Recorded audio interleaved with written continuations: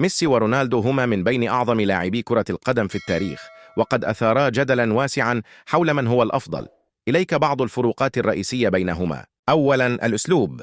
ميسي يتميز بمهاراته الفردية العالية وقدرته على المراوغة والتمرير بدقة ورؤيته الثاقبة للملعب. يعتبر لاعبا صانعا للألعاب ومسجلا للأهداف في آن واحد.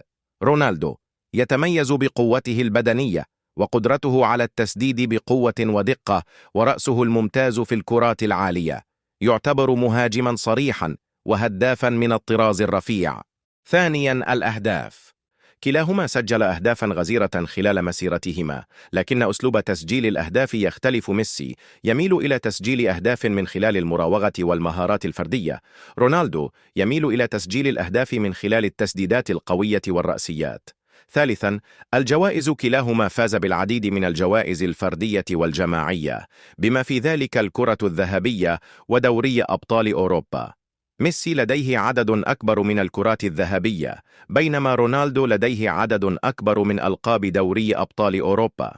وقد فاز ميسي بكأس العالم 2022.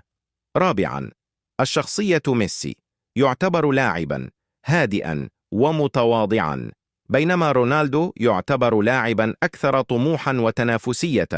هذا ينعكس في أسلوب لعبهما وتعاملهما مع وسائل الإعلام.